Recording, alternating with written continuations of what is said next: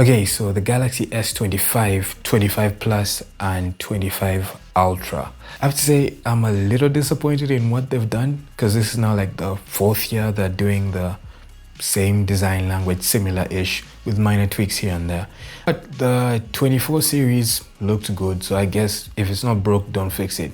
Usually though, if they don't change the design that much or give us any drastic changes, you should expect some refinement. Here are 5 things I hope that they've tweaked to make the Galaxy S25 series and the Ultra the best smartphones of the year. Number 1 is dropped frames when filming.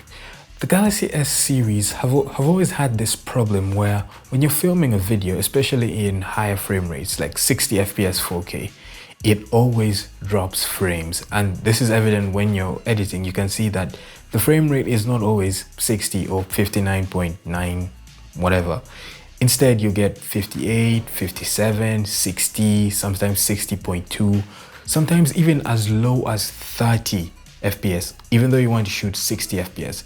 Now, the images are usually sharp, beautiful, and vibrant. However, the stuttering that this results in is just too jarring and just leaves a stain on the whole videography experience. The iPhone, however, it has no such problems. If you want 60 FPS, it'll give you 60 FPS without any issues. The second thing is the cloudy selfie cam. I thought this was just a thing with my phone since it's a bit older.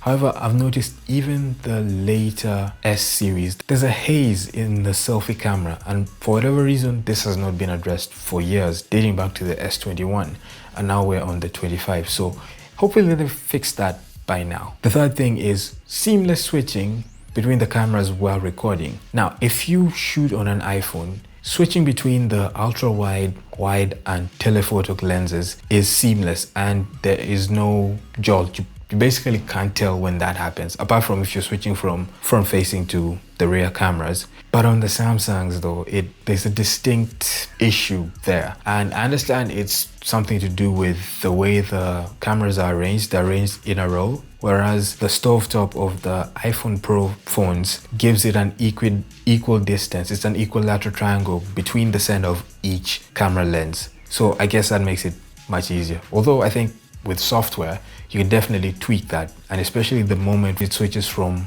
one camera to another. And also just parity between the different cameras. The ultra wide is noticeably softer than the regular lens, and then the telephoto is darker. And if they could get all those on par, looking the same, I think that would improve the camera experience.